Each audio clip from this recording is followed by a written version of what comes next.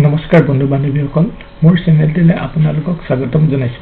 मोर এই ভিডিওটো যোগেদি NSDL পেন কাৰ্ড কেনেকৈ টেগ কৰিব বা ষ্টেটাস চেক কৰিব আৰু পোষ্ট অফিচৰ স্পীড পোষ্টৰ নম্বৰটো কেনেকৈ টেগ কৰিব বা ষ্টেটাস চেক কৰিব তাৰ বিষয়ে आपनालोকক জনাবলৈ বুজাবলৈ চেষ্টা কৰিছো।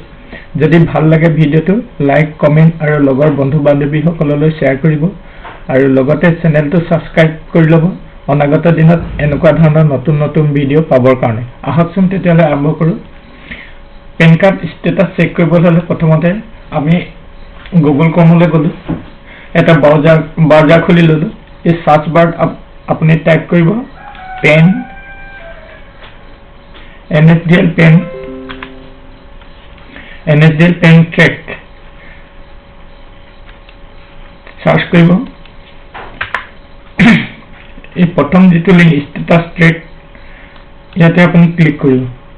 ক্লিক কৰি এখন মেনু আহিব NSDL। ইয়াতে আপোনাৰ যেটো আপোনাৰ একনলেজমেন্ট নম্বৰটো যেটো ৰিসিপ্ট পাব এই ৰিসিপ্টত থকা 15টা 15 ডিজিটৰ একনলেজমেন্ট নম্বৰটো টাইপ কৰিব। ইয়াতে মই অলৰেডি আছে, মই এটা ডেমো দেখাইছো আপোনাক। ইয়াতে কেপচা টাইপ কৰিব LV68 কেপচাটো টাইপ কৰাৰ পিছত আপোনাৰ সাবমিট কৰিব।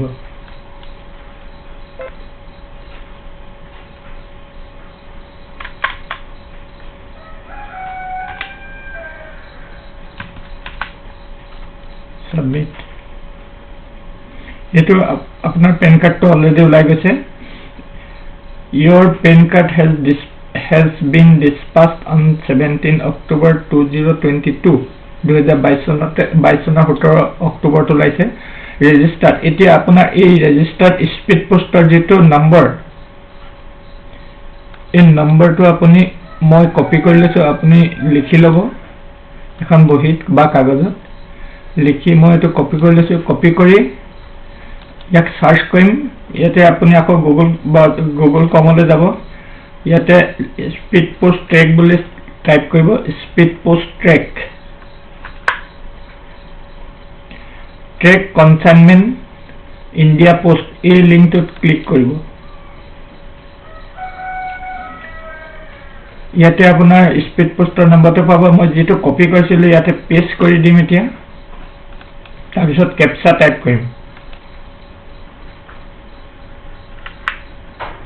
কেপচাটো টাইপ কৰি দিলো।